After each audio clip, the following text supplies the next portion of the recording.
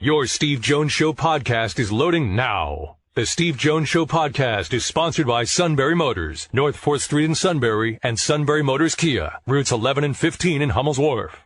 Hello, friend Rob Biertempfel. Rob, welcome back. Great to have you with us.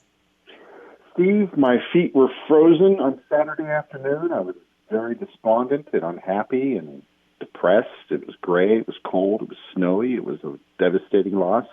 But now I'm in Florida, it's 75 degrees and sunny, and I'm feeling better.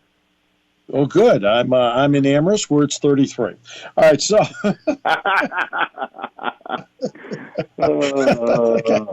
But I'm doing what I love, Rob. You know that. I'm doing what I love. And I do love it. All right. Bean counters kill businesses. That's been my theme. There you go. That I've talked about over and over again. Has baseball at times been a victim of bean counters? Oh, geez.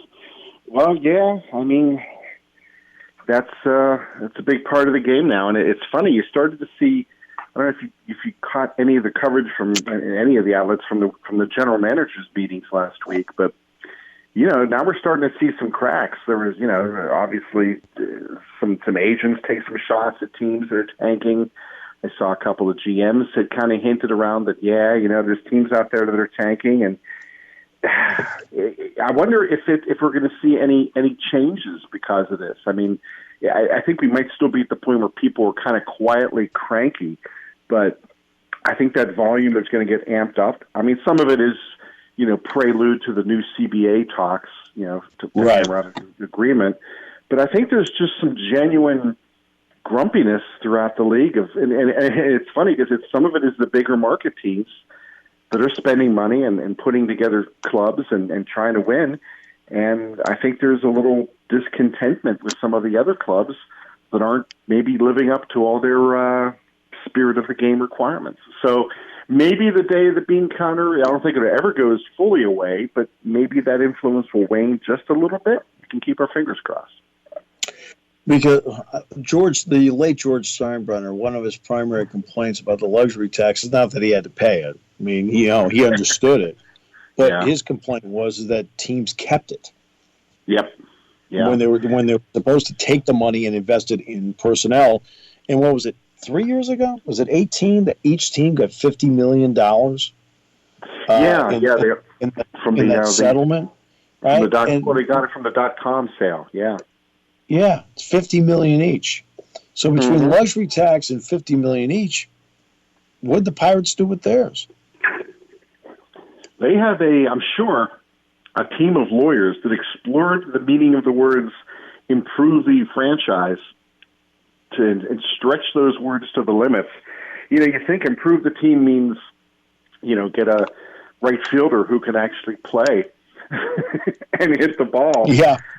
But I think what the Pirates have done is take that to mean, upgrade the academy in the Dominican, buy the single A franchise in Bradenton, put a new, playing surface on the field in Greensboro, maybe fluffy robes in the clubhouse at PNC Park. All these things, they have, I was talking with somebody with the organization toward the end of the season, and he was like, I always hear, the Pirates aren't spending money. The Pirates aren't spending money. He says, we're spending money. We're just not seeing it we're not doing it in ways that people see easily. And because he was kind of poking fun at it in a way too, because, the Pirates have, I'm down here in Bradenton now for a minor league mini camp. And there's a coaches meeting going on as I was leaving the complex. And it was just like a clown car situation. Guys just kept filing into the coach's room. It's not a big room, but they were packing it. And I can't remember the Pirates having yes, there's a lot of minor league coaches, but they have so many coaches and informatics staff and analytics staff and strength and conditioning and nutrition. And I believe they travel with 2 personal masseuses for the team. Those all those things do cost money, and you can say that's pouring it back into the franchise. So instead of spending $60 million on a right fielder, they're spreading it around and trying to hire, more coaches and technicians and analytics people to figure out how to build a $60 million outfielder out of a guy that you draft and you maybe sign for, $200,000. So let's get to what you alluded to earlier, the CBA, which when we had talked near the end of the season, I said that'd be a topic you and I would broach at this time of the year. So the clock is ticking as we do this because just past the end of the month it runs out. It doesn't matter now. You can have all the lockouts you want between December 1st and New Year's Day. Who cares? Along the way, along business, they might care. How far apart are they, and where are they far apart? Well, how far are you and I right now? We're a couple 100 miles, right? You're in Florida, and I'm in Massachusetts, so we're about 1,500 miles apart right now. I think they're probably twice as far apart. I get the impression that there's just a lot of pent-up animosity, and not even pent-up, not even hidden anymore in some cases, animosity between these two sides over a lot of issues. I think the Players Union wishes now it had done a better job with the last CBA, that it whiffed on a few things, and the owners have taken advantage. And I think this time the Players Association is determined that that's not going to happen again, come hell or high water. So everybody I talk to in this industry, we kind of joke the winter meetings we're supposed to start on December 5th or December 4th, whatever, that Monday, that first Monday in December. And everybody talks about, I'll see you at the winter meetings. And then there's a pause, and then we just laugh because we realize there's not going to be winter meetings. There'll be a lockout. I think it's just a question at this point how long it lasts. Is it going to be a few days, a few weeks, or is it going to be we're watching minor league baseball on ESPN until July? I don't know. It's hard to say at this point because there's a lot of lawyers locked in rooms in New York together and they're talking, and you don't hear a lot of love. Not even from people who leak in little bits and pieces here and there. There's never an optimistic message. So I think at this point, there's going to be some kind of work stoppage, whether or not there's any, work going on. I don't think it'll be a play stoppage yet, but eventually, there's a danger of that.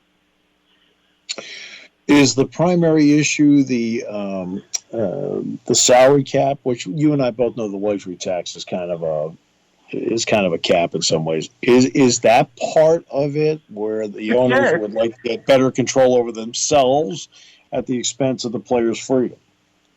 I think that's a big part of it, and there might be some, debate within the owner's side on that because from what we understand, MLB has already talked about putting in has offered to talk about putting in a floor, $100 million floor, right? And that obviously, I would think it would be phased. It wouldn't like you would go like in the Pirates case. What was their salary? Their payroll last year was like $40 million. So it would probably be phased in over a couple of 3 years. 75, 85, then the full $100 million or whatever. But a floor, and the players aren't real keen on the idea of a cap, obviously, because nobody wants their income capped. But management isn't too keen on the floor. To a degree, I think there's some teams that would be fine with it. Teams like the Pirates, they'll say that they're okay with it, but they're obviously not.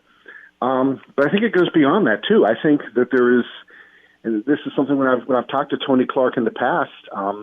He's made it clear that the union, isn't happy. Maybe, there have been grievances filed against the Pirates and the Marlins, and I think maybe one or two other clubs about the revenue sharing money not being used, as you mentioned before, not being used for what it should be used for. And I think they're going to want greater clarification on what exactly improving the team means. And I think just hammering out those words, getting a new definition of those words, that could be the biggest sticking point.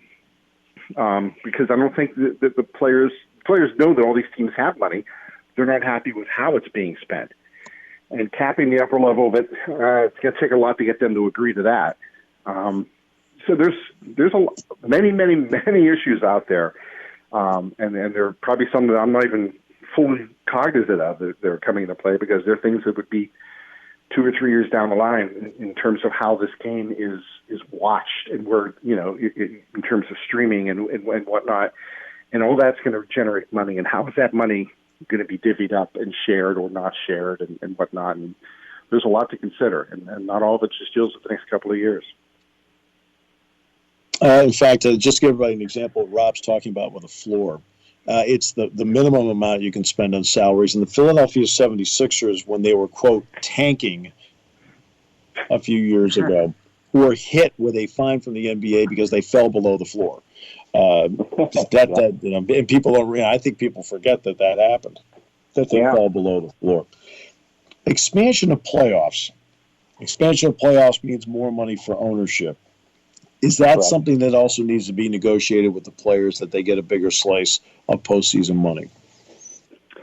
I think that that's going to be on the table as well, because as you mentioned, I think MLB needs to be careful here that it finds the sweet spot, because you can expand your playoffs, but when you already have a 162 game season, when does it become, when do you have too much of a good thing? Do you really, like, you remember last season, that weird COVID season, where we had 2 teams with losing records in the postseason. Just because they decided to have, whatever it was, 10 or whatever from each league. You really, you can't let it get to that. It really, when does it dilute the product too much? You would think 162. That's why I've never been a big fan of even the wild card teams, because you play 162 games, you should know a little bit about who's good and who's not. And every time a wild card team wins a round in the playoffs, it's almost like a defeat, I think, in a way, because you're saying, here's this team that, wasn't good enough to win its division. Here it is now, just catching a break in a 5 or 7 game series. I think that's something else that they're going to take a look at, is expanding the number of games. Maybe the wild card round goes best of 3 now, which, again, that's insanity, but, it's more TV money. It's more tickets sold. Well, let's get to that, more tickets sold. When in 1994, the Dodgers had 32,000 season tickets. I believe the number now is 8,000. Now, they still draw, but they have 8,000 season. In other words, they have. Your season tickets have gone down 24,000 since the day that a strike took place in 1994. The game has never fully recovered, in my opinion, since that fateful year of 94. What are you going to do to the image of your sport, your business, in the eye of the fan if you mess this up? Wow. Yeah, that's a good question, because, the last time I'm trying to think back to the after effects after that 94 strike. And when they came back, remember, was that the year that they had they tried to do the replacement player thing too in 95? Yeah, they tried to do the replacement player thing in the spring training of 95, the Brian Dombachs of the world. Yeah. And that just as much, I think, is the not having the big league player, having the big league players on picket lines. I think the replacement player thing kind of dinged the game's reputation as well, because it showed the management was out, just the desperation and the make a buck attitude of management. And I agree with you. I don't think in many ways the game has fully recovered. And there's been stuff that's happened since then. That, the steroid scandal has happened, and other things that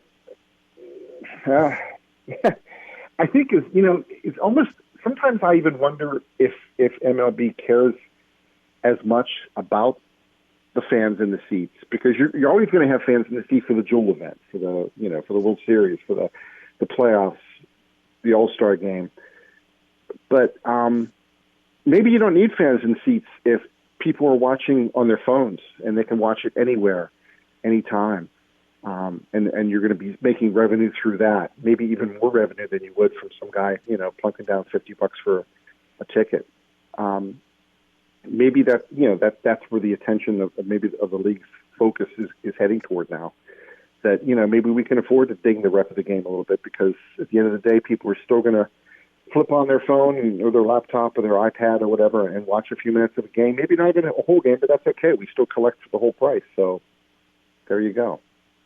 See, I've always felt sports was a triangle. Mm-hmm. And the triangle is to me quite simple. LeBron James, of course, has made the famous quote about, "Hey, you can't have a game without the players." LeBron, that's exactly right. You could not be more accurate. I'd also like to point out you can't have the game without sports, without management. You can't have it without an owner. You need to have somebody backing up. Oh, and by the way, the third part of the triangle, you can't have a game without fans. They pay the cable bill. They pay the streaming. They pay for the tickets, the whole thing. I just feel when they get to these negotiations, the bottom part of the triangle is the part they never even think about. Yeah. Well, it certainly shows in the game times for the World Series. It shows in a lot of different ways, and I see what's happened in Pittsburgh, and it was kind of hard. I mean, this year obviously they didn't reach 1 million this year. They got about 800,000 though. But then you throw the asterisk on of them. There was the limited seating because of the COVID. But then to that degree too, the Pirates were a team that even after the state kind of Pennsylvania even opened up a little bit, the Pirates still held off for like almost an additional month before they opened up their capacity to above 50%, and that was their choice. It wasn't like they were being forced to at that point by the state government or anything. So maybe I think some of that might have been the fact that they were just short on staffing throughout the season. I mean, even late in the season, there were concession stands that normally would have been open, and just weren't. So that factors into it as well. But yeah, you're right. The fan part of it is the part that always gets overlooked, and I think that's because they know people will come back. That no matter how bad it gets, look at it's been pretty bad in Pittsburgh for almost 50 years now, and people still come back. So I think they look for another 3 or 4 years of this until the next CBA, and we'll see what happens after that. Okay, so here comes the hard question, and if you don't want to answer it, I completely understand. But how do you think it plays out? I mean, do they strike? Do they lock out? Does it extend into spring training? Is it extended this season? What's your gut tell you? Boy, I really don't know. I think about that every now and then because I'm trying to. I obviously have to pre-plan for what I'm going to write and when I'm going to write it, and if there's no spring training, how am I going to fill that void? I don't know. I've always kind of figured that there would be. It might take a month or two, and by a month or two, I mean after the start of spring training, before things really start to get hairy, and they really sit down because there are some big issues that have to be hammered out this time. That it won't be just like, spring training was supposed to start February 12th and we'll come to a deal on the February 14th. I think it could be, March or April before we see something hammered out. And then they'll truncate the season and have a quickie spring training of some sort. And, of course, you do that. Now you're even playing with fire because guys already had such, 60 games in 2020. And now a full season this year, and now do you want to shorten a guy's season again? Boy, now you start to wonder about the effects on guys' arms and everything else that goes with it. It's dicey. It's a bad time for the CBA to expire. Never a good time, but this is an especially bad time. My friend, please continue to thaw out, and maybe we'll have something about more positive to talk about Saturday night. How about that? That would be nice. I'm going to be there again Saturday. I'm flying back home on Friday. Oh, good. Packing up the car and just doing. Yeah, I spent last week in the state college. I'll spend this week in the state college, and in between, I'll spend it in the sunshine. So, but yeah, hopefully things go a bit better on Saturday. Stop if you get a chance. Stop by and see Jack and me before the game. So I will. Last week I had to deal with my my canopy, my tailgate canopy got ripped up by the wind, so I kind of consumed. Awful. Yeah, it was pretty nasty out there, as you probably know. So I think this week be a little bit less intense of a tailgate. So maybe I will. Maybe I'll stop by and say hello on my way to the stadium. I appreciate that, Rob. I appreciate you always, my friend. Thank you so much. All right, Steve. You take care out there, man.